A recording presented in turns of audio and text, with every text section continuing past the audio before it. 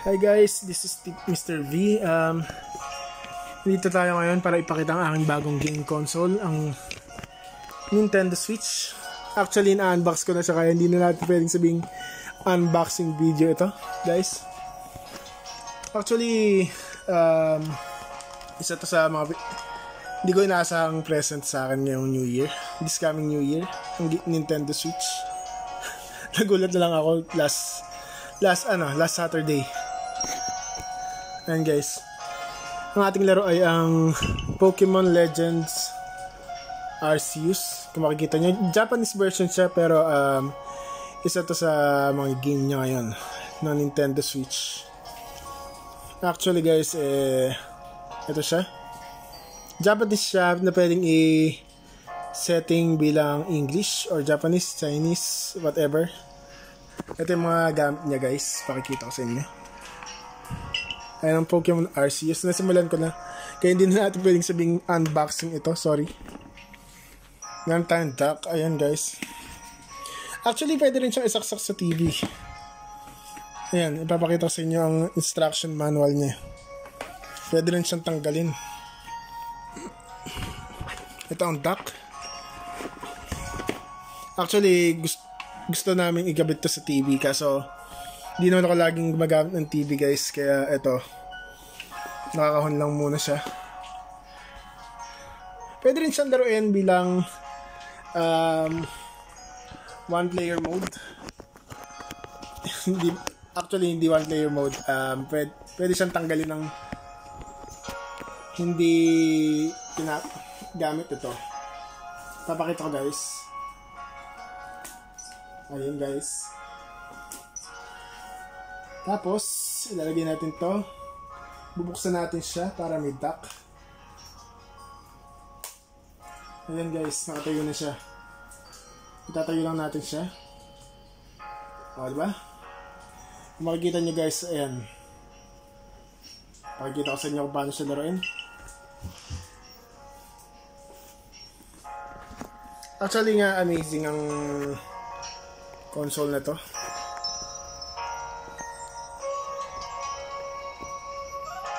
Ipapakita ko sa inyo. Sensya lang malabo.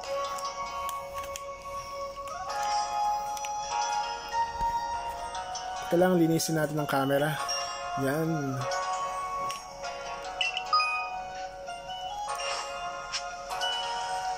O, diba guys?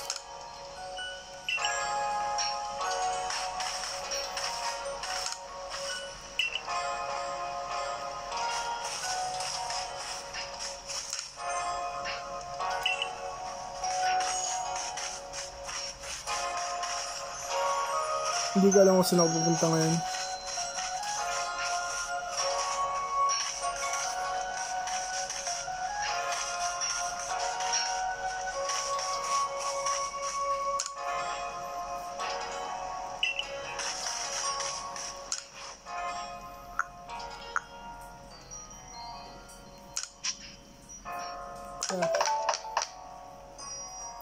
Okay. Meron na tayong Pokeball, guys. End of chapter 2. The basics of crafting, guys. So, siya lang medyo malabo siya, pero ayan na ang ating Nintendo Switch. Okay, ayan guys. Actually, hindi ko inaasahan. Nagulat ako dahil binili ako ng Nintendo Switch. Thank you kay mama at sa kapatid ko. Pwede rin siyang gamitan nito, guys. Papakita ko naman kung paano siya gamitan nito.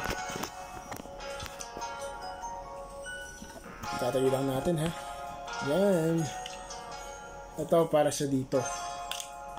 Straps ang tawag dito, guys. O, yan. Actually, automatic nag-charge ang controller nito kapag naka-charge din yung console.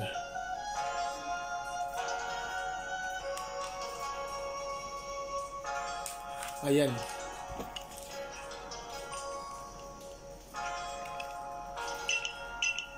Diba? Kita nyo guys.